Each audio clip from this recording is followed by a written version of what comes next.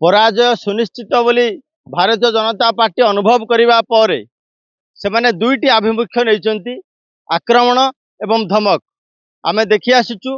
गत किछि दिन धरी विजु जनता दल कर्मी मानंकु चांदबाली ठारे हो, नयागढ़ निर्वाचन मंडल हो, गोपालपुर निर्वाचन मंडल हो, को भली भाबरे भारतीय जनता पार्टी नेतांकर उपस्थिति रे समानंकर कर्मी माने आक्रमण करि चलछंती। एवं आउ गोटे कथा जो कथा ओडिशा रे पूर्वर आमे केबे मध्य देखि नथिलु ताहा होची धमक। से धमक काहाकू ना सरकारी अधिकारी माने जो माने निर्वाचन प्रोसेस भितरे निर्वाचन अधिकारी आदेश को अनुपालन करुछंती।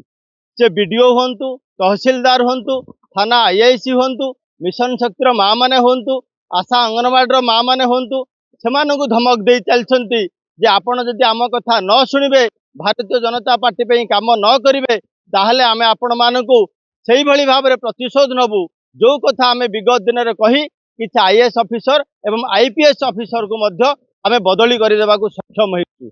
यह होछि भारतीय जनता पार्टी धमकपूर्ण बाणी।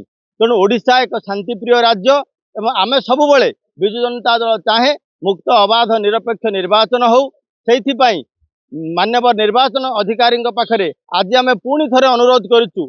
यही भाव में जो भारतीय जनता पार्टी नेता माने धमक दौरान सरकारी अधिकारी माननकु निर्वाचन आसीबो एवं जीव, किंतु जून 4 तारिख पर से मनोबल जदि दुर्बल हो जाइथिबो ताहा फेरी पारिबो नाही।